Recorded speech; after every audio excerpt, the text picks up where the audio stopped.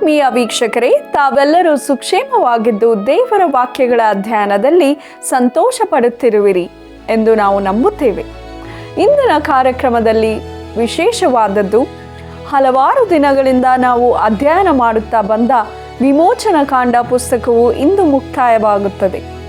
39ನೇ ಮತ್ತು 40ನೇ ಅಧ್ಯಾಯಗಳ ಧ್ಯಾನದಲ್ಲಿ ಮಹಾಯಾಜಕನ ಪರಿಶುದ್ಧ ವಸ್ತ್ರಗಳು ಹಾಗೂ ಗುಡಾರವು ನಿಲ್ಲಿಸಲ್ಪಟ್ಟು ಯೆಹೋವನ ತೇಜಸ್ಸು ಅದನ್ನು ತುಂಬಿಕೊಂಡದ್ದು, ಇವುಗಳನ್ನು ತಿಳಿದುಕೊಳ್ಳೋಣ.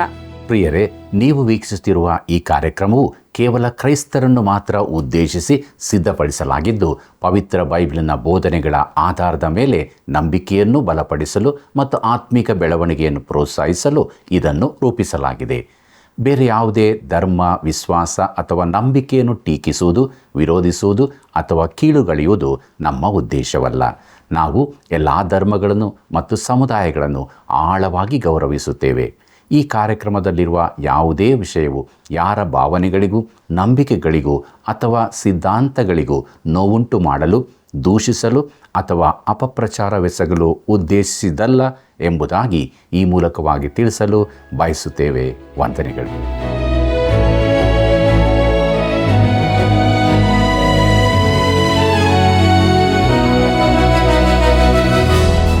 ಪರಲೋಕದಲ್ಲಿ ನನಗೆ ನೀನಲ್ಲದೆ ಮತ್ತಾರು ಅವಶ್ಯ, ಇಹಲೋಕದಲ್ಲಿ ನಿನ್ನನ್ನಲ್ಲದೆ ಇನ್ನಾರನ್ನೂ ಬಯಸುವುದಿಲ್ಲ. ಕೀರ್ತನೆಗಳು 73:25 ವಚನ. ಆತ್ಮೀಯ ವೀಕ್ಷಕರೇ, ನಿಮ್ಮೆಲ್ಲರಿಗೂ ಪ್ರೀತಿಯ ವಂದನೆಗಳು. ಕಳೆದ ಕಾರ್ಯಕ್ರಮದಲ್ಲಿ ನಾವು ವಿಮೋಚನಕಾಂಡ ಪುಸ್ತಕದ 38ನೇ ಅಧ್ಯಾಯವನ್ನು ಪೂರ್ತಿಯಾಗಿ ಧ್ಯಾನ ಮಾಡಿಕೊಂಡು ಅದರ ಮೂಲಕ ಅನೇಕ ಆತ್ಮಿಕ ಪಾಠಗಳನ್ನು ಕಲಿತುಕೊಂಡು ಹೇರಳವಾಗಿ ಆಶೀರ್ವದಿಸಲ್ಪಟ್ಟಿರುತ್ತೇವೆ. ಇಂದು ನಾವು ವಿಮೋಚನಕಾಂಡ ಪುಸ್ತಕದ 39ನೇ ಹಾಗೂ 40ನೇ ಅಧ್ಯಾಯಗಳನ್ನು ಪೂರ್ತಿಯಾಗಿ ಧ್ಯಾನ ಮಾಡಿಕೊಳ್ಳೋಣ. ಇಂದಿನ ಕಾರ್ಯಕ್ರಮದೊಂದಿಗೆ ನಾವು ಹಲವಾರು ದಿನಗಳಿಂದಲೂ ಅಧ್ಯಯನ ಮಾಡುತ್ತಾ ಬಂದಂಥ ವಿಮೋಚನಕಾಂಡ ಪುಸ್ತಕದ ಅಧ್ಯಯನವು ಮುಕ್ತಾಯಗೊಳ್ಳುತ್ತದೆ. ತಂದೆಯಾದ ದೇವರು ಅದ್ಭುತಕರವಾದ ರೀತಿಯಲ್ಲಿ ಈ ಧ್ಯಾನದುದ್ದಕ್ಕೂ ನಮ್ಮನ್ನು ಮಾರ್ಗದರ್ಶಿಸಿ ನಡೆಸಿ ತನ್ನ ದಿವ್ಯ ವಾಕ್ಯವೆಂಬ ಮನ್ನದಿಂದ ನಮ್ಮನ್ನು ತೃಪ್ತಿಪಡಿಸಿದ್ದಾನೆ. ಆತನ ನಾಮಕ್ಕೆ ಅನಂತ ಸ್ತೋತ್ರವಾಗಲಿ.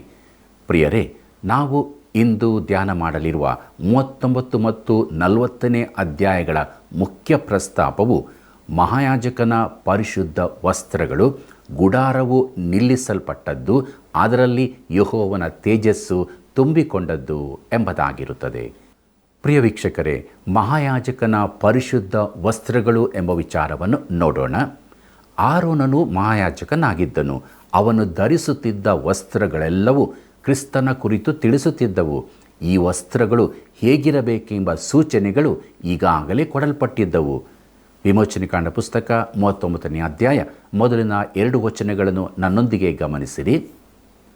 ಯೆಹೋವನು ಮೋಶೆಗೆ ಆಜ್ಞಾಪಿಸಿದಂತೆ ಆ ನೀಲಿ, ಧೂಮ್ರ, ರಕ್ತ ವರ್ಣಗಳುಳ್ಳ ದಾರದಿಂದ ದೇವಮಂದಿರದ ಸೇವೆಗೆ ಅಲಂಕಾರವಾದ ವಸ್ತ್ರಗಳನ್ನು, ಆರೋನನಿಗೆ ದೀಕ್ಷಾ ವಸ್ತ್ರಗಳನ್ನು ಮಾಡಿದರು.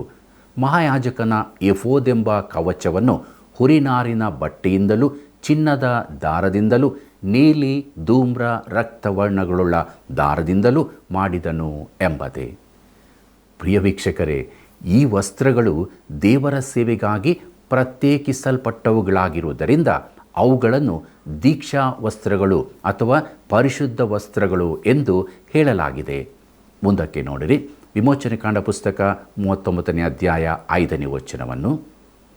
ಕವಚದ ಮೇಲಿರುವ ವಿಚಿತ್ರವಾದ ಬೂಟೆದಾರಿಯ ನಡುಕಟ್ಟು ಕವಚಕ್ಕೆ ಏಕವಾಗಿದ್ದು, ಅದರಂತೆಯೇ ಹುರಿನಾರಿನ ಬಟ್ಟೆಯಿಂದಲೂ ಚಿನ್ನದ ದಾರದಿಂದಲೂ ನೀಲಿ, ಧೂಮ್ರ, ರಕ್ತವರ್ಣಗಳುಳ್ಳ ದಾರದಿಂದಲೂ ಉಂಟಾಗಿತ್ತು. ಯೆಹೋವನು ಮೋಶೆಗೆ ಆಜ್ಞಾಪಿಸಿದಂತೆಯೇ ಅದನ್ನು ಮಾಡಿದರು ಎಂಬುದೇ. ಪ್ರಿಯರೇ, ಅದು ವಿಚಿತ್ರವಾದದ್ದು. ಯಾಕಂದರೆ ಅದನ್ನು ವಿಚಿತ್ರವಾದ ರೀತಿಯಲ್ಲಿ ಹೆಣೆಯಲಾಗಿತ್ತು. ಮಹಾಯಾಜಕನು ಧರಿಸುವ ವಸ್ತ್ರಗಳು 8 ಥರದವುಗಳಾಗಿದ್ದವು. ಅದರಲ್ಲಿ 4 ಇತರ ಯಾಜಕರು ಧರಿಸಿದ ರೀತಿಯಲ್ಲೇ ಇದ್ದವು. ಉಳಿದ 4 ಮಹಾಯಾಜಕನಿಗೆ ಮಾತ್ರ ಪ್ರತ್ಯೇಕವಾಗಿ ಇರುವಂಥವುಗಳು. ಇದರಿಂದಾಗಿ ಅವನು ಇತರ ಯಾಜಕರಿಂದ ಪ್ರತ್ಯೇಕವಾಗಿ ಕಾಣುತ್ತಿದ್ದನು. ಅವುಗಳು ಅಲಂಕಾರಿಕವಾಗಿಯೂ ದೀಕ್ಷಾ ವಸ್ತ್ರಗಳಾಗಿಯೂ ಇದ್ದವು. ಇದು ನಮ್ಮ ಶ್ರೇಷ್ಠ ಮಹಾಯಾಜಕನಾದ ಯೇಸು ಕ್ರಿಸ್ತನು ತನ್ನ ಎಲ್ಲ ಮಹಿಮೆಯಿಂದಲೂ ಕೃಪೆಯಿಂದಲೂ ಕೂಡಿದವನಾಗಿರುವುದನ್ನು ಸೂಚಿಸುತ್ತದೆ. ಪ್ರತಿಯೊಂದು ವಸ್ತ್ರವು ಒಂದು ಸಂಕೇತ ರೂಪದ್ದಾಗಿತ್ತು. ಮುಂದಕ್ಕೆ ವಿಮೋಚನೆಕಾಂಡ ಪುಸ್ತಕ 39ನೇ ಅಧ್ಯಾಯ 6 ಮತ್ತು 7ನೇ ವಚನಗಳನ್ನು ನೋಡೋಣ. ಮುದ್ರಾ ರತ್ನವನ್ನು ಕೆತ್ತುವ ರೀತಿಯಲ್ಲಿ 2 ಗೋಮೇಧಕ ರತ್ನಗಳಲ್ಲಿ ಇಸ್ರಾಯೇಲ್ಯರ 12 ಕುಲಗಳ ಹೆಸರುಗಳನ್ನು ಕೆತ್ತಿ ಆ ರತ್ನಗಳನ್ನು ಕುಂದಣದಲ್ಲಿ ಕಟ್ಟಿದರು. ಆ 2 ರತ್ನಗಳು ಇಸ್ರಾಯೇಲ್ಯರ ಜ್ಞಾಪಕಾರ್ಥವಾದ ರತ್ನಗಳಾಗುವಂತೆ ಅವುಗಳನ್ನು ಕವಚದ ಹೆಗಲಿನ ಮೇಲಿರುವ ಪಟ್ಟಿಗಳಲ್ಲಿ ಬಿಗಿಸಿದನು. ಯೆಹೋವನು ಮೋಶೆಗೆ ಹಾಗೆಯೇ ಆಜ್ಞಾಪಿಸಿದ್ದನು ಎಂಬುದೇ. ಪ್ರಿಯ ವೀಕ್ಷಕರೇ, ವಿಮೋಚನೆಕಾಂಡ ಪುಸ್ತಕ 39ನೇ ಅಧ್ಯಾಯದ 8ನೇ ವಚನದಿಂದ 21ನೇ ವಚನದವರೆಗೆ ನೋಡುವಾಗ ಕವಚವನ್ನು ಬೂಟೇದಾರಿಯ ಕೆಲಸದಿಂದ, ಚಿನ್ನದ ದಾರದಿಂದಲೂ, ನೀಲಿ, ಧೂಮ್ರ, ರಕ್ತವರ್ಣಗಳುಳ್ಳ ದಾರದಿಂದಲೂ ಹಾಗೂ ಹುರಿನಾರಿನ ಬಟ್ಟೆಯಲ್ಲಿ ಚೀಲದ ಪದಕವನ್ನು ಮಾಡಿದನು. ಅದು ಚೌಕವಾಗಿದ್ದು ಅದರ ಮುಂಭಾಗದಲ್ಲಿ 4 ಸಾಲುಗಳಾಗಿ ರತ್ನಗಳನ್ನು ರಚಿಸಿದ್ದರು. 4 ಸಾಲುಗಳಲ್ಲಿ ಅಮೂಲ್ಯವಾದ ಕಲ್ಲುಗಳನ್ನು ಸೇರಿಸಿದ್ದರು. ಇಸ್ರಾಯೇಲ್ಯರ ಕುಲಗಳ ಸಂಖ್ಯೆ ಪ್ರಕಾರ 12 ರತ್ನಗಳಿದ್ದವು. ಯೆಹೋವನು ಮೋಶೆಗೆ ಆಜ್ಞಾಪಿಸಿದ ಹಾಗೆಯೇ ಇವೆಲ್ಲವನ್ನು ಬೆಚಲೇಲನೊಂದಿಗೆ ಆ ಜಾಣರು ಮಾಡಿದರು ಎಂಬುದನ್ನು ನಾವು ತಿಳಿದುಕೊಳ್ಳುತ್ತೇವೆ. ಮುಂದಕ್ಕೆ ನಾವು ವಿಮೋಚನೆಕಾಂಡ ಪುಸ್ತಕ 39ನೇ ಅಧ್ಯಾಯ 22ನೇ ವಚನದಿಂದ 26ನೇ ವಚನದವರೆಗೆ ನೋಡೋಣ. ಕವಚದ ಸಂಗಡ ತೊಟ್ಟುಕೊಳ್ಳಬೇಕಾದ ಮೇಲಂಗಿಯನ್ನು ನೀಲಿ ಬಣ್ಣದ ಬಟ್ಟೆಯಿಂದಲೇ ನೇತ ಕೆಲಸದಿಂದ ಮಾಡಿದನು. ತಲೆ ದೂರಿಸುವುದಕ್ಕೆ ಅದರಲ್ಲಿ ಸಂದು ಮಾಡಿ ಅದು ಹರಿಯದಂತೆ ಯುದ್ಧದ ಕವಚದೋಪಾದಿಯಲ್ಲಿ ಆ ಸಂದಿನ ಸುತ್ತಲೂ ನೇಯ್ಗೆ ಕಸೂತಿಯನ್ನು ಹಾಕಿದನು. ಮೇಲಂಗಿಯ ಅಂಚಿನ ಸುತ್ತಲೂ ನೀಲಿ, ಧೂಮ್ರ, ರಕ್ತವರ್ಣಗಳುಳ್ಳ ದಾರದಿಂದ ದಾಳಿಂಬ ಹಣ್ಣಿನಂತೆ ಚಂಡುಗಳನ್ನು ಮಾಡಿದರು ಮತ್ತು ಚೊಕ್ಕ ಬಂಗಾರದಿಂದ ಗೆಜ್ಜೆಗಳನ್ನು ಮಾಡಿ ಮೇಲಂಗಿಯ ಅಂಚಿನಲ್ಲಿ ದಾಳಿಂಬ ಚಂಡುಗಳ ಸಂಗಡ ಇಟ್ಟರು. ಚಿನ್ನದ ಗೆಜ್ಜೆಯು ದಾಳಿಂಬದಂತಿರುವ ಚಂಡು ಒಂದಾದ ಮೇಲೆ ಒಂದು ದೇವರ ಸೇವೆಗೋಸ್ಕರವಾದ ಆ ಮೇಲಂಗಿಯ ಅಂಚಿನ ಸುತ್ತಲೂ ಇದ್ದವು. ಯೆಹೋವನು ಮೋಶೆಗೆ ಆಜ್ಞಾಪಿಸಿದಂತೆಯೇ ಅದನ್ನು ಮಾಡಿದನು ಎಂಬುದೇ. ಪ್ರಿಯರೇ, ಇಲ್ಲಿ ನಾವು ತೊಟ್ಟುಕೊಳ್ಳಬೇಕಾದ ಮೇಲಂಗಿಯ ಬಹು ಸುಂದರವಾದ ರಚನೆಯ ಕುರಿತಾಗಿ ನೋಡುತ್ತೇವೆ. ಅದರಲ್ಲಿ ಇದ್ದಂಥ ದಾಳಿಂಬದ ಚಂಡುಗಳು, ಚೊಕ್ಕ ಬಂಗಾರದ ಗೆಜ್ಜೆ ಇವೆಲ್ಲವೂ ಬಹು ಸುಂದರವಾಗಿ ರಚಿಸಲ್ಪಟ್ಟಿದ್ದವು. ಮುಂದಕ್ಕೆ ನೋಡಿರಿ, ವಿಮೋಚನೆಕಾಂಡ ಪುಸ್ತಕ 39ನೇ ಅಧ್ಯಾಯ 27ನೇ ವಚನದಿಂದ 31ನೇ ವಚನದವರೆಗೆ. ಆರೋನನಿಗೂ ಅವನ ಮಕ್ಕಳಿಗೂ ಸಣ್ಣ ನಾರಿನಿಂದ ಹೆಣಿಗೆ ಕೆಲಸದ ರೀತಿಯಲ್ಲಿ ಅಂಗಿಗಳನ್ನು, ನಾರಿನಿಂದ ಮಹಾಯಾಜಕನ ಮುಂಡಾಸವನ್ನು, ನಾರಿನಿಂದ ಯಾಜಕರ ಅಲಂಕಾರವಾದ ಮುಂಡಾಸಗಳನ್ನು, ಹುರಿನಾರಿನಿಂದ ಚಡ್ಡಿಗಳನ್ನು, ಹುರಿನಾರಿನಿಂದಲೂ ನೀಲಿ, ಧೂಮ್ರ, ರಕ್ತವರ್ಣಗಳುಳ್ಳ ದಾರದಿಂದಲೂ ಬೂಟೇದಾರಿ ಕೆಲಸದ ರೀತಿಯಲ್ಲಿ ನಡುಕಟ್ಟನ್ನು ಮಾಡಿದರು. ಯೆಹೋವನು ಮೋಶೆಗೆ ಆಜ್ಞಾಪಿಸಿದಂತೆಯೇ ಅದನ್ನು ಮಾಡಿದರು ಮತ್ತು ಚೊಕ್ಕ ಬಂಗಾರದಿಂದ ಪರಿಶುದ್ಧ ಕಿರೀಟವಾಗಿರುವ ಪಟ್ಟವನ್ನು ಮಾಡಿ ಮುದ್ರೆಯನ್ನು ಕೆತ್ತುವ ರೀತಿಯಲ್ಲಿ ಅದರಲ್ಲಿ ಯೆಹೋವನಿಗೆ ಮೀಸಲು ಎಂಬ ಲಿಪಿಯನ್ನು ಬರೆದರು. ಅದನ್ನು ಮುಂಡಾಸಕ್ಕೆ ಬಿಗಿಸುವುದಕ್ಕಾಗಿ ನೀಲಿ ದಾರವನ್ನು ಕಟ್ಟಿದರು. ಯೆಹೋವನು ಮೋಶೆಗೆ ಆಜ್ಞಾಪಿಸಿದಂತೆಯೇ ಅದನ್ನು ಮಾಡಿದರು ಎಂಬುದೇ. ಪ್ರಿಯ ವೀಕ್ಷಕರೇ, ಈ ವಚನಗಳಲ್ಲಿ ಆರೋನ ಮತ್ತು ಅವನ ಮಕ್ಕಳ ಅಂಗಿಗಳನ್ನು, ಮುಂಡಾಸವನ್ನು, ಚಡ್ಡಿಗಳನ್ನು ಮಾಡಿದಂಥ ರೀತಿಗಳನ್ನು ನಾವು ನೋಡಿದೆವು ಮತ್ತು ಪರಿಶುದ್ಧ ಕಿರೀಟದ ಪಟ್ಟಿಯನ್ನು ಅದರಲ್ಲಿ ಯೆಹೋವನಿಗೆ ಮೀಸಲು ಎಂಬುದಾಗಿ ಬರೆದದ್ದನ್ನು ನೋಡುವಾಗ ದೇವರು ಏನು ಬಯಸಿದನೋ ಅದನ್ನೇ ಇಲ್ಲಿ ಅವರು ಮಾಡಿದರು. ಪ್ರಿಯರೇ, ವಿಮೋಚನೆಕಾಂಡ ಪುಸ್ತಕದ 39ನೇ ಅಧ್ಯಾಯದ 32ನೇ ವಚನದಿಂದ 43ನೇ ವಚನದವರೆಗೆ ನೋಡುವಾಗ ನಾವು ತಿಳಿದುಕೊಳ್ಳುವುದೇನೆಂದರೆ, ದೇವದರ್ಶನ ಗುಡಾರದ ಕೆಲಸವು ಸಂಪೂರ್ಣ ಆಯಿತು. ಹೀಗೆ ಯೆಹೋವನು ಮೋಶೆಗೆ ಆಜ್ಞಾಪಿಸಿದಂತೆ ಇಸ್ರಾಯೇಲ್ಯರು ಆ ಕೆಲಸಗಳನ್ನೆಲ್ಲ ಮಾಡಿದ್ದರು. ಮೋಶೆ ಅದನ್ನು ಪರೀಕ್ಷಿಸುವಾಗ ಅದು ದೇವರ ಅಪ್ಪಣೆಯಂತೆ ಇತ್ತು ಎಂಬುದಾಗಿ ತಿಳಿದುಕೊಂಡು ಅವರನ್ನು ಆಶೀರ್ವದಿಸಿದನು ಎಂಬುದೇ.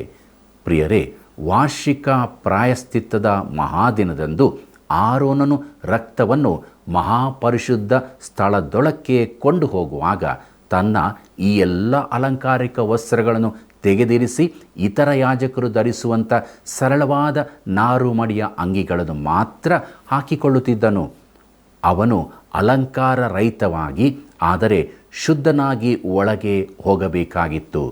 ನೋಡಿರಿ ಪ್ರಿಯರೇ, ಯಾಜಕರು ಧರಿಸುತ್ತಿದ್ದ ಬಿಳಿ ನಾರು ಮಡಿಯು ನೀತಿಯ ಕುರಿತು ತಿಳಿಸುತ್ತದೆ. ಯೆಶಾಯನ ಪ್ರವಾದನೆ ಗ್ರಂಥ 52ನೇ ಅಧ್ಯಾಯ 11ನೇ ವಚನದಲ್ಲಿ ಹೀಗಿದೆ: ತೊಲಗಿರಿ, ತೊಲಗಿರಿ, ಬಾಬೇಲಿನಿಂದ ಹೊರಡಿರಿ, ಅಶುದ್ಧವಾದ ಯಾವುದನ್ನು ಮುಟ್ಟದಿರಿ, ಅದರ ಮಧ್ಯದೊಳಗಿಂದ ತೆರಳಿರಿ, ಯೆಹೋವನ ಆರಾಧನೆಯ ಉಪಕರಣಗಳನ್ನು ಹೊರುವವರೇ ಶುದ್ಧರಾಗಿರಿ ಎಂಬುದೇ. ಪ್ರಿಯರೇ, ದೇವರು ಈಗಲೂ ಅದನ್ನೇ ಹೇಳುತ್ತಿದ್ದಾನೆ. ಒಬ್ಬನು ಎಷ್ಟೇ ಪ್ರತಿಭಾಶಾಲಿಯಾಗಿದ್ದರೂ ಅಂಥವನು ಪಾಪದಿಂದ ಕೂಡಿದವನಾಗಿದ್ದರೆ ಅಂಥ ಪ್ರಸಂಗಿ, ಬೋಧಕ ಇಲ್ಲವೇ ಸಾಮಾನ್ಯನನ್ನು ದೇವರು ಉಪಯೋಗಿಸಲಾರನು. ಅವರು ದೇವರಿಗಾಗಿ ಮಾಡುವುದೆಲ್ಲವೂ ವ್ಯರ್ಥವೇ ಸರಿ. ಯಾಕಂದರೆ ದೇವರು ಅವರ ಯಾವ ಕಾರ್ಯವನ್ನು ಅಂಗೀಕರಿಸುವುದಿಲ್ಲ. ಅವರು ಕಟ್ಟಿಗೆ, ಆಪು, ಹುಲ್ಲುಗಳಿಂದ ಕಟ್ಟಿದ ಹಾಗಿರುತ್ತದೆ. ನಾವು ಕ್ರಿಸ್ತನ ನೀತಿಯನ್ನು ಧರಿಸಿದವರಾಗಿದ್ದು ಅದಕ್ಕೆ ತಕ್ಕುದಾದ ಜೀವಿತವನ್ನು ನಡೆಸುತ್ತಿರಬೇಕು. ಪ್ರಿಯರೇ, ಈ ಸರಳ ಅಂಗಿಗಳು ನಮಗೆ ಇದೇ ಪಾಠವನ್ನು ಕಲಿಸುತ್ತವೆ.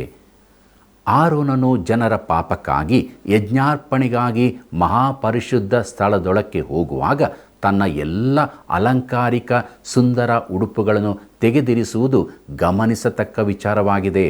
ಕರ್ತನಾದ ಯೇಸು ಈ ಲೋಕಕ್ಕೆ ಬಂದಾಗ ಆತನು ತನ್ನ ದೈವತ್ವವನ್ನು ಬದಿಗಿರಿಸಲಿಲ್ಲ, ಆದರೆ ತನ್ನ ಮಹಿಮೆ ಹಾಗೂ ಸೌಂದರ್ಯಗಳನ್ನು ತೆಗೆದಿರಿಸಿದ್ದನು. ಅಂದರೆ ಆತನು ತನ್ನ ದೇವರಾಗಿರುವ ವಿಶೇಷತೆಗಳನ್ನು ತೆಗೆದಿರಿಸಿದನು. ಆತನು ತನ್ನ ಮಹಾಮಹಿಮೆಯನ್ನು ತೆಗೆದಿಟ್ಟು ಒಬ್ಬ ಸಾಮಾನ್ಯ ಮನುಷ್ಯನಾಗಿ ಈ ಲೋಕಕ್ಕೆ ಬಂದನು. ಆತನು ಮಗುವಾಗಿ ಜನಿಸಿದನು. ಮಾನವರು ಒಬ್ಬ ಅರಸನನ್ನು ಎದುರು ನೋಡುತ್ತಿದ್ದರು, ಒಂದು ಮಗುವನ್ನಲ್ಲ. ಆತನು ಪಾಪಕ್ಕೆ ಪ್ರಾಯಶ್ಚಿತ್ತ ಬಲಿಯಾಗಿ ತನ್ನನ್ನೇ ಒಪ್ಪಿಸಿಕೊಟ್ಟನು. ತನ್ನ ಮಾನವತ್ವದಲ್ಲಿಯೇ ಆತನು ಸತ್ತನು. ಪ್ರಿಯ ವೀಕ್ಷಕರೇ, ದೇವರು ಕ್ರೂಜೆಯಲ್ಲಿ ಸತ್ತನು ಎಂದು ಹೇಳುವುದು ಸರಿಯಲ್ಲ. ಮರಣ ಎಂಬುದರ ಕುರಿತಾಗಿ ಅವರ ಅರ್ಥವೇನೆಂದು ನಾನು ಆಶ್ಚರ್ಯಪಡುತ್ತೇನೆ. ಪ್ರಿಯರೇ, ಯೇಸು ಕ್ರಿಸ್ತನು ಕ್ರೂಜೆಯಲ್ಲಿ ಸತ್ತಾಗ ಆತನು ದೇವರಿಂದ ಪ್ರತ್ಯೇಕಿಸಲ್ಪಟ್ಟನು. ಅದು ಸರಿ. ಪಾಪವನ್ನೇ ಅರಿಯದ ಕ್ರಿಸ್ತನು ನಮಗೋಸ್ಕರ ಪಾಪವಾಗಿ ಮಾಡಲ್ಪಟ್ಟಾಗ ದೈವತ್ವದಲ್ಲಿ ಒಂದು ಬಿರುಕುಂಟಾಯಿತು. ಕೊರಿಂಥದವರಿಗೆ ಬರೆದ 2ನೇ ಪತ್ರಿಕೆ 5ನೇ ಅಧ್ಯಾಯ 21ನೇ ವಚನವನ್ನು ನೋಡಿರಿ. ಆದರೆ ಆ ಗಳಿಗೆಯಲ್ಲಿಯೂ ದೇವರು ಕ್ರಿಸ್ತನಲ್ಲಿದ್ದು ಲೋಕವನ್ನು ತನ್ನೊಂದಿಗೆ ಸಂಧಾನಪಡಿಸುತ್ತಿದ್ದನು. ಕೊರಿಂಥದವರಿಗೆ ಬರೆದ 2ನೇ ಪತ್ರಿಕೆ 5ನೇ ಅಧ್ಯಾಯ 19ನೇ ವಚನವನ್ನು ನೋಡಿರಿ. ಸ್ನೇಹಿತರೆ, ಇದು ಒಂದು ಮರ್ಮವಾಗಿದೆ. ನನಗೆ ಇದನ್ನು ತಿಳಿಯಲು ಅಸಾಧ್ಯ. ಅನೇಕ ದೈವಶಾಸ್ತ್ರಜ್ಞರು ಈ ಕುರಿತು ಪುಸ್ತಕಗಳನ್ನು ಬರೆದಿದ್ದಾರೆ. ಅವರಿಗೂ ಇದು ತಿಳಿಯದ ವಿಚಾರವಾಗಿದೆ. ನೋಡಿರಿ ಪ್ರಿಯರೇ, ಈ ಅಲಂಕಾರಿಕ ವಸ್ತ್ರಗಳು ನಿಜಕ್ಕೂ ಅಂದವಾಗಿದ್ದವು. ಮಹಾಯಾಜಕನ ಉಡುಪು ಅತಿ ಶ್ರೀಮಂತವಾಗಿ ಅಲಂಕರಿಸಲ್ಪಟ್ಟಿತ್ತು. ಅವನು ಧರಿಸಿದ ಏಫೋದಿನಲ್ಲಿ ಎರಡೂ ಬದಿಗೂ 2 ಫಲಕಗಳಿದ್ದು ಪ್ರತಿಯೊಂದರಲ್ಲೂ ಇಸ್ರಾಯೇಲ್ಯರ 6 ಗೋತ್ರಗಳ ಹೆಸರುಗಳು ಕೆತ್ತಲ್ಪಟ್ಟಿದ್ದವು. ಇದು ಮಹಾಕುರುಬನಾದ ನಮ್ಮ ಕರ್ತನಾದ ಯೇಸುವಿನ ಶಕ್ತಿ ಸಾಮರ್ಥ್ಯಗಳ ಕುರಿತು ತಿಳಿಸುವಂಥದ್ದಾಗಿತ್ತು. ಒಂದು ಕುರಿ ತಪ್ಪಿಸಿಕೊಂಡರೂ ನಮ್ಮ ಮಹಾಕುರುಬನು ಅದನ್ನು ಹುಡುಕಿ ಕಂಡುಕೊಂಡು ತನ್ನ ಹೆಗಲ ಮೇಲೆ ಹಾಕಿಕೊಂಡು ಅದನ್ನು ತರುತ್ತಿದ್ದನು. ನಮ್ಮನ್ನು ತನ್ನ ಹೆಗಲ ಮೇಲೆ ಹೊತ್ತುಕೊಂಡು ಸುರಕ್ಷಿತವಾಗಿ ಹಿಂಡಿಗೆ ಕರೆತರುವ ಶ್ರೇಷ್ಠ ಕುರುಬನು ನಮಗಿರುವುದಕ್ಕಾಗಿ ದೇವರಿಗೆ ಸ್ತೋತ್ರವಾಗಲಿ. ಪ್ರಿಯರೇ, ದೇವರ ಬಳಿಗೆ ಆತನ ಮೂಲಕವಾಗಿ ಬರುವವರನ್ನು ಸಂಪೂರ್ಣವಾಗಿ ರಕ್ಷಿಸುವುದಕ್ಕೆ ಆತನು ಶಕ್ತನಾಗಿದ್ದಾನೆ. ಇಬ್ರಿಯರಿಗೆ ಬರೆದ ಪತ್ರಿಕೆ 7ನೇ ಅಧ್ಯಾಯ 25ನೇ ವಚನವನ್ನು ನೋಡಿರಿ. ಮಹಾಯಾಜಕನು ಎದೆ ಕವಚದಂತಿದ್ದ ಒಂದು ಫಲಕವನ್ನು ಧರಿಸಿದ್ದನು.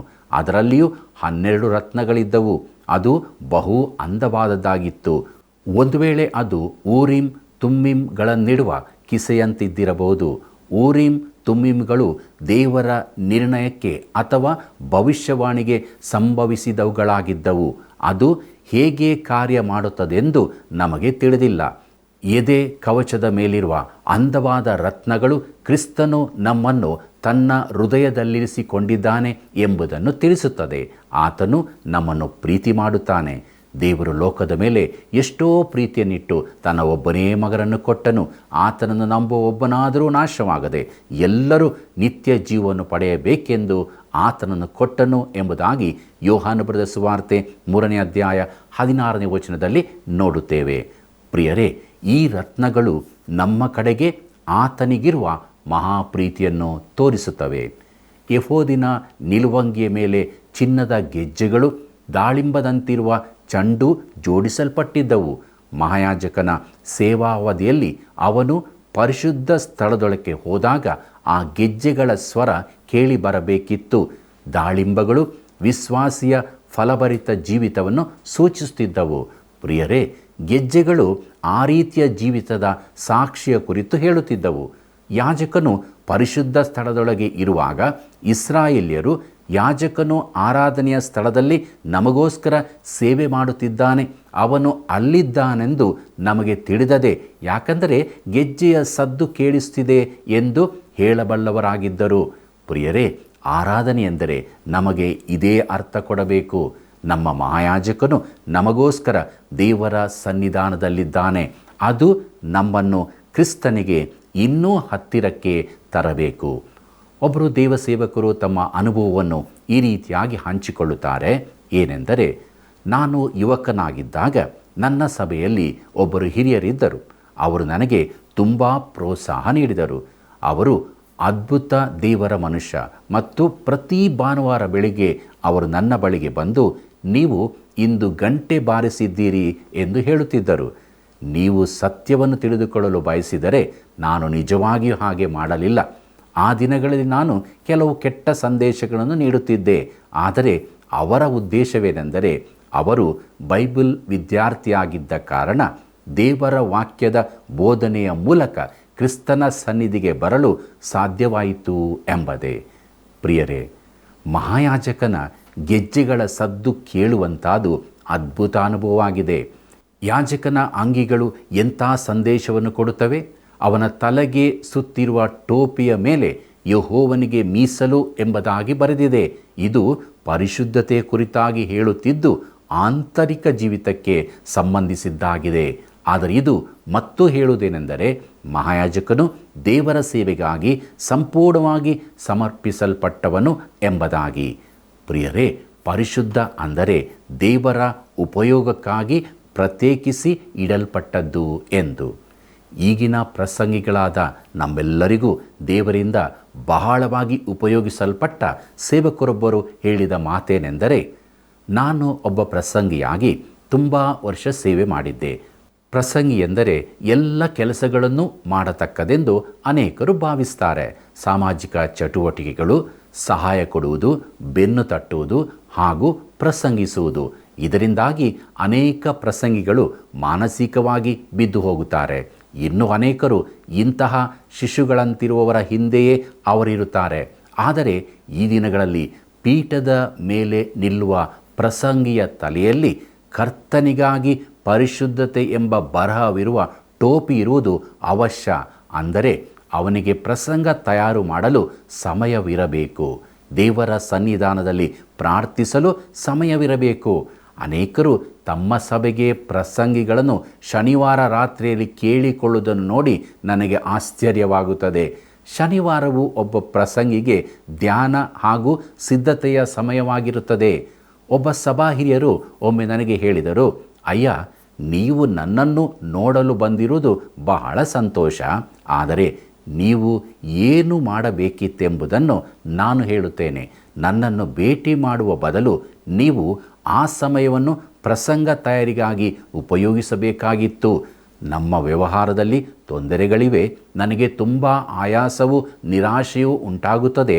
ಭಾನುವಾರ ಬೆಳಿಗ್ಗೆ ನಾನು ದೇವಾಲಯಕ್ಕೆ ಬಂದಾಗ ನಾನು ದೇವರಿಂದ ಬರುವ ಮಾತನ್ನು ಕೇಳಲು ಇಚ್ಛಿಸುತ್ತೇನೆ. ನನಗೆ ಅಂತಹ ಆತ್ಮಿಕ ಸಹಾಯದ ಅಗತ್ಯತೆ ಇದೆ. ಆದ್ದರಿಂದ ಶನಿವಾರ ದಿನಗಳಂದು ನೀವು ಪ್ರಸಂಗ ತಯಾರಿಯಲ್ಲಿ ತೊಡಗಿ ಭಾನುವಾರದಂದು ನಮಗೆ ದೇವರಿಂದ ಬರುವ ಮಾತುಗಳನ್ನು ಕೇಳುವಂತೆ ಮಾಡಿರಿ ಎಂದು. ಎಷ್ಟು ಸತ್ಯವಲ್ಲವೇ ಪ್ರಿಯರೇ? ದೇವರ ಸೇವೆಯಲ್ಲಿರುವಂಥ ನಾವು ಈ ಸತ್ಯವನ್ನು ತಿಳಿದುಕೊಂಡವರಾಗಿರಬೇಕು. ಪ್ರಿಯರೇ, ಅವರು ಆ ರೀತಿ ಹೇಳುವ ಹಕ್ಕು ಅವರಿಗಿದೆ ಎಂದು ನಾನು ಭಾವಿಸ್ತೇನೆ. ಪ್ರಸಂಗಿಗಳು ಇಂತಹ ಟೋಪಿ ಧರಿಸುವುದು ಅವಶ್ಯ. ಅದಿಲ್ಲದಿದ್ದರೆ ದೇವರಿಗಾಗಿ ನಾವು ಮಾಡುವ ಸೇವೆ ಫಲಪ್ರದವಾಗಲಾರದು. ಇಲ್ಲಿಗೆ ಪ್ರಿಯರೇ, ವಿಮೋಚನೆಕಾಂಡ ಪುಸ್ತಕದ 39ನೇ ಅಧ್ಯಾಯದ ಧ್ಯಾನವು ಮುಕ್ತಾಯವಾಯಿತು. ಇಲ್ಲಿವರೆಗೂ ದೇವರು ತನ್ನ ಆತ್ಮನ ಮೂಲಕ ನಮ್ಮನ್ನು ಮಾರ್ಗದರ್ಶಿಸಿ ನಡೆಸಿದ್ದಕ್ಕಾಗಿ ಆತನಿಗೆ ಸ್ತುತಿ ಸ್ತೋತ್ರಗಳನ್ನು ಸಲ್ಲಿಸುತ್ತಾ ವಿಮೋಚನೆಕಾಂಡ ಪುಸ್ತಕದ ಕೊನೆಯ ಅಧ್ಯಾಯ ಅಂದರೆ 40ನೇ ಅಧ್ಯಾಯದ ಕಡೆಗೆ ನಮ್ಮ ಗಮನವನ್ನು ಹರಿಸೋಣ. ಪ್ರಿಯರೇ, ಗುಡಾರವು ನಿಲ್ಲಿಸಲ್ಪಟ್ಟು ಅದರಲ್ಲಿ ಯೆಹೋವನ ತೇಜಸ್ಸು ತುಂಬಿಕೊಂಡದ್ದು ಎಂಬ ವಿಚಾರವನ್ನು ನೋಡೋಣ. ಈ ಅಧ್ಯಾಯದಲ್ಲಿ ಗುಡಾರವು ನಿಲ್ಲಿಸಲ್ಪಟ್ಟದ್ದನ್ನು ಕಾಣುತ್ತೇವೆ. ಅದರಲ್ಲಿನ ಎಲ್ಲ ವಸ್ತುಗಳ ಕುರಿತಾಗಿ ನಾವು ಈಗಾಗಲೇ ನೋಡಿರುವುದರಿಂದ ಒಂದು ಸಂಗತಿಯ ಕುರಿತಾಗಿ ಮಾತ್ರ ತಿಳಿದುಕೊಳ್ಳೋಣ. ಮೋಶೆ ಇಸ್ರಾಯೇಲ್ಯರ ಬಿಡಾರಗಳ ನಡುವೆ ಗುಡಾರವನ್ನು ಎತ್ತಿ ನಿಲ್ಲಿಸಿದಾಗ ಮಹಾ ಆಶ್ಚರ್ಯವೊಂದು ಸಂಭವಿಸಿತು. ವಿಮೋಚನೆಕಾಂಡ ಪುಸ್ತಕ 40ನೇ ಅಧ್ಯಾಯ 34ನೇ ವಚನದಿಂದ 38ನೇ ವಚನದವರೆಗೆ ನೋಡಿರಿ. ಆಗ ಮೇಘವು ದೇವದರ್ಶನದ ಗುಡಾರವನ್ನು ಮುಚ್ಚಿತು, ಯೆಹೋವನ ತೇಜಸ್ಸು ಗುಡಾರವನ್ನು ತುಂಬಿತು. ಮೇಘವು ದೇವದರ್ಶನದ ಗುಡಾರದ ಮೇಲೆ ನೆಲೆಯಾಗಿರುವುದರಿಂದಲೂ ಯೆಹೋವನ ತೇಜಸ್ಸು ಗುಡಾರದೊಳಗೆ ತುಂಬಿರುವುದರಿಂದಲೂ ಮೋಶೆ ಗುಡಾರದಲ್ಲಿ ಹೋಗಲಾರದೆ ಇದ್ದನು. ಆ ಮೇಘವು ಗುಡಾರವನ್ನು ಬಿಟ್ಟು ಮೇಲಕ್ಕೆ ಹೋದಾಗ ಇಸ್ರಾಯೇಲ್ಯರು ಮುಂದೆ ಪ್ರಯಾಣ ಮಾಡುವರು. ಆ ಮೇಘವು ಬಿಡದೇ ಇರುವಾಗ ಅದು ಬಿಡುವ ತನಕ ಪ್ರಯಾಣ ಮಾಡದೇ ಇರುವರು. ಇಸ್ರಾಯೇಲ್ಯರ ಎಲ್ಲ ಪ್ರಯಾಣಗಳಲ್ಲಿಯೂ ಅವರ ಕಣ್ಣ ಮುಂದೆ ಹಗಲು ಹೊತ್ತಿನಲ್ಲಿ ಯೆಹೋವನ ಮೇಘವು ಗುಡಾರದ ಮೇಲೆ ಇತ್ತು. ರಾತ್ರಿ ವೇಳೆಯಲ್ಲಿ ಆ ಮೇಘದೊಳಗೆ ಅಗ್ನಿಯು ಪ್ರಕಾಶಿಸುತ್ತಿತ್ತು ಎಂಬುದೇ. ಪ್ರಿಯ ವೀಕ್ಷಕರೇ, ರೋಮಾಪುರದವರಿಗೆ ಬರೆದ ಪತ್ರಿಕೆಯಲ್ಲಿ ಪೌಲನು ಇಸ್ರಾಯೇಲ್ಯರನ್ನು ಬೇರೆ ಜನಾಂಗಗಳಿಗಿಂತ ಪ್ರತ್ಯೇಕವಾಗಿ ತಿಳಿಸಿದ್ದಾನೆ. ರೋಮಾಪುರದವರಿಗೆ ಬರೆದ ಪತ್ರಿಕೆ 9ನೇ ಅಧ್ಯಾಯ 4ನೇ ವಚನವನ್ನು ನೋಡ್ರಿ. ಅದರಲ್ಲಿ ದೇವರ ತೇಜ ಸಾನ್ನಿಧ್ಯ, ದೇವರ ಈ ಮಹಿಮೆಯನ್ನು, ಆತನ ದೃಶ್ಯವಾದ ಪ್ರಸನ್ನತೆಯನ್ನು ಹೊಂದಿದವರು ಇಸ್ರಾಯೇಲ್ಯರು ಮಾತ್ರ. ಇದರಿಂದಾಗಿಯೇ ಆ ಭಯಂಕರ ಅರಣ್ಯ ಮಾರ್ಗದಲ್ಲಿ ಅವರು ಮುಂದೆ ಹೋಗುವಂತಾಯಿತು. ಆ ದಿನ ಪ್ರಯಾಣ ಮಾಡಬೇಕಿದ್ದರೆ ಆ ಮೇಘವು ಮೇಲಕ್ಕೇಳುತ್ತಿತ್ತು. ಅದು ಏಳದಿದ್ದರೆ ಅವರು ಬಿಡಾರಗಳಲ್ಲೇ ಉಳಕೊಳ್ಳುತ್ತಿದ್ದರು, ಮುಂದೆ ಹೋಗುತ್ತಿರಲಿಲ್ಲ. ಅವರು ತಮ್ಮ ಸ್ವಂತ ಜ್ಞಾನ ತೀರ್ಮಾನಗಳಂತೆ ನಡೆಯುತ್ತಿರಲಿಲ್ಲ. ಮುಂದೆ ಹೋಗಬೇಕೋ ಬೇಡವೋ ಎಂಬ ತೀರ್ಮಾನವನ್ನು ಮೋಶೆ ಮಾಡುತ್ತಿರಲಿಲ್ಲ. ಆ ಮೇಘವು ಸೂಚಿಸುತ್ತಿತ್ತು. ಎಂಥ ಅದ್ಭುತ ನಡೆಸುವಿಕೆ ಅಲ್ಲವೇ? ನೋಡಿರಿ ಪ್ರಿಯರೇ, ಕ್ರಿಸ್ತನು ಸಭೆಯ ಶಿರಸ್ಸೆಂದು ನಾವು ಹೇಳುತ್ತೇವೆ. ಪ್ರಿಯ ಮಿತ್ರನೇ, ನಿನ್ನ ಸಭೆಯ ಶಿರಸ್ಸು ಆತನಾಗಿದ್ದಾನೋ? ಆತನ ಚಿತ್ತದಂತೆ ನಡೆಯುತ್ತಿರುವೆವೋ? ಇಲ್ಲವೇ ಸಭಾನಾಯಕನ ಮಾತಿನಂತೆಯೋ? ಕೆಲವರು ನಾನು ನನ್ನ ಬೋಧಕರ ಬಳಿ ಏನು ಮಾಡಬೇಕೆಂದು ಕೇಳುತ್ತೇನೆ ಎಂದು ಹೇಳುತ್ತಾರೆ. ಆದರೆ ಸಭಾಪಾಲಕರು ಈ ವಿಚಾರಗಳಲ್ಲಿ ತಜ್ಞರಲ್ಲ. ಎಲ್ಲರ ಸಮಸ್ಯೆಗಳನ್ನು ಅವರು ಪರಿಹರಿಸಲು ಶಕ್ತರಲ್ಲ. ಆದರೆ ಸಭೆಗೆ ಒಂದು ಮೇಘಸ್ತಂಭವಿದೆ, ಅದು ದೇವರಾತ್ಮನು ತಾನೇ. ಆತನನ್ನು ನಾವು ಅದೆಷ್ಟು ಅಲಕ್ಷಿಸಿದ್ದೇವೆ. ದೇವರನ್ನು ಬಿಟ್ಟು ಮಾನವರ ಜ್ಞಾನಕ್ಕೆ ಆತುಕೊಂಡಿದ್ದೇವೆ. ಆದರೆ ನಮಗೆ ಆತ್ಮನಿಂದ ತುಂಬಿದ ಪ್ರಸಂಗಿಗಳು, ಬೋಧಕರ ಅವಶ್ಯವಿದೆ. ದೇವರ ಚಿತ್ತಾನುಸಾರ ನಡೆಯುವವರು ಬೇಕು. ಪ್ರಿಯರೇ, ಈ ದಿನಗಳಲ್ಲಿ ಕಣ್ಣಿಗೆ ಕಾಣುವ ಮೇಘಸ್ತಂಭ ಇರುವುದಿಲ್ಲ. ಆದರೆ ಪವಿತ್ರ ಆತ್ಮನು ನಮ್ಮನ್ನು ನಡೆಸಲು ಮನಸ್ಸುಳ್ಳವನಾಗಿದ್ದಾನೆ. ಪ್ರಿಯರೇ, ಈ ಅಧ್ಯಯನವು ಐಗುಪ್ತದ ಇಟ್ಟಿಗೆ ಗೂಡುಗಳಲ್ಲಿ ಆರಂಭವಾಗಿ ಗುಡಾರದಲ್ಲಿನ ದೇವರ ಮಹಿಮೆಯ ತೇಜಸ್ಸಿನೊಂದಿಗೆ ಮುಗಿಯಿತು. ಈ ಪ್ರಸನ್ನತೆಯು ಅವರನ್ನು ನಡೆಸಿತು. ಪಾಪದ ಕತ್ತಲೆಯಿಂದ ನಮ್ಮನ್ನು ಬಿಡಿಸಿ ತನ್ನ ಮಹಿಮಾ ಪ್ರಕಾಶವನ್ನು ಕೊಡಲು ನಮ್ಮನ್ನು ನಡೆಸಲು ದೇವರು ಬಯಸುತ್ತಾನೆ. ಈ ಪುಸ್ತಕವು ಎಷ್ಟು ಅದ್ಭುತವಾದದ್ದಾಗಿದೆಯಲ್ಲವೇ? ಪ್ರಿಯರೇ, ನಾವು ಕೂಡ ನಮ್ಮ ಜೀವಿತದಲ್ಲಿ ಕ್ರಿಸ್ತನಿಂದ ಆರಿಸಲ್ಪಟ್ಟವರಾಗಿ ಕ್ರಿಸ್ತನ ಅನ್ಯೂನತೆಯಲ್ಲಿ ದೇವರಾತ್ಮನ ನಡೆಸುವಿಕೆಯಲ್ಲಿ ವಾಕ್ಯದ ಬಲದಲ್ಲಿ ಜೀವಿಸುವವರಾಗಬೇಕು. ದೇವರ ಪ್ರಸನ್ನತೆ, ಆತನ ನಡೆಸುವಿಕೆ ನಮ್ಮಲ್ಲಿ ಕಂಡುಬರಬೇಕು. ಪ್ರಿಯರೇ, ಈ ಸೇವೆಗಾಗಿಯೂ ಪ್ರಾರ್ಥಿಸಿರಿ. ಮುಂದಿನ ಹೊಸ ಪುಸ್ತಕದ ಅಧ್ಯಯನಕ್ಕಾಗಿ ಪ್ರಾರ್ಥನಾಪೂರ್ವಕವಾಗಿ ಸಿದ್ಧರಾಗಿರಿ. ಪ್ರಾರ್ಥನೆ ಮಾಡೋಣ. ಕೃಪಾಳು ದೇವರೇ, ನಿನ್ನ ಮಹಾಕೃಪೆಯಿಂದ ವಿಮೋಚನೆ ಕಾಂಡ ಪುಸ್ತಕದ ಅಧ್ಯಯನವನ್ನು ಮಾಡಿ ನಿನ್ನ ಆತ್ಮನ ನಡೆಸುವಿಕೆಯಲ್ಲಿ ನಿನ್ನ ವಾಕ್ಯದ ಗೂಢಾರ್ಥಗಳನ್ನು ತಿಳಿದುಕೊಳ್ಳುವುದಕ್ಕೆ ಸಹಾಯ ಮಾಡಿದ್ದಕ್ಕಾಗಿ ಸ್ತೋತ್ರ. ನಮ್ಮನ್ನು ಪಾಪವೆಂಬ ಕತ್ತಲೆಯಿಂದ ಬಿಡುಗಡೆಗೊಳಿಸಿದ್ದಿ, ಅದಕ್ಕಾಗಿ ನಿನಗೆ ಸ್ತೋತ್ರ. ನಾವು ಬಿಡುಗಡೆ ಹೊಂದಿದವರು ಎಂಬುದಾಗಿ ಹೇಳುವವರು ಮಾತ್ರ ಆಗಿರದೆ ನಿನ್ನ ಆತ್ಮನಿಂದ ನಡೆಸಲ್ಪಟ್ಟವರಾಗಿ ವಾಕ್ಯ ಭರಿತರಾಗಿ ನಿನಗೆ ಮಹಿಮೆಯಾದ ರೀತಿಯಲ್ಲಿ ಜೀವಿಸುವುದಕ್ಕೆ ಸಹಾಯ ಮಾಡು. ನಮ್ಮೆಲ್ಲ ವೀಕ್ಷಕ ಬಾಂಧವರ ಜೀವಿತಗಳಲ್ಲಿ ಕೂಡ ನೀನು ನಿನ್ನ ಚಿತ್ತವನ್ನು ನೆರವೇರಿಸಿಕೋ. ನಿನ್ನ ಆತ್ಮನ ನಡೆಸುವಿಕೆಯಲ್ಲಿ ಅವರೂ ನಡೆದು ಸಂತೋಷಭರಿತರಾಗಿ ನಿನ್ನಲ್ಲಿ ಜೀವಿಸೋದಕ್ಕೆ ಕೃಪೆ ಕೊಡು. ಯೇಸುವಿನ ನಾಮದಲ್ಲಿ ಬೇಡಿದ್ದೇವೆ ತಂದೆಯೇ, ಆಮೆನ್.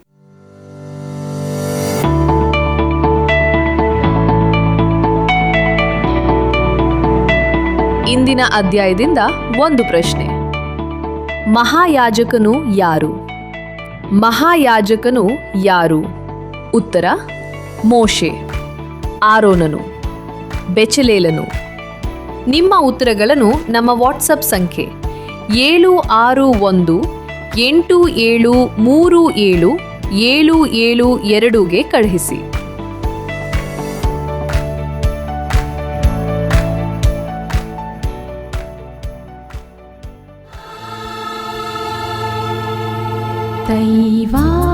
ದೈವಾನ್ವೇಷಣೆ ದೈವಾನ್ವೇಷಣೆ, ಪ್ರತಿ ಮಾನವನಿಗೆ ದೇವರೇ ಅವಶ್ಯ. ದೈವಾನ್ವೇಷಣೆ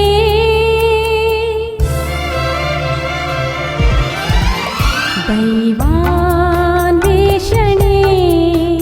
ದೈವಾನ್ವೇಷಣೆ ದೈವಾನ್ವೇಷಣೆ ದೈವಾನ್ವೇಷಣೆ, ಪ್ರತಿ ಮಾನವನಿಗೆ ದೇವರೇ ಅವಶ್ಯ. ದೈವಾನ್ವೇಷಣೆ ದೈವಾನ್ವೇಷಣೆ ದೈವಾನ್ವೇಷಣೆ ದೈವಾನ್ವೇಷಣೆ ದೈವಾನ್ವೇಷಣೆ.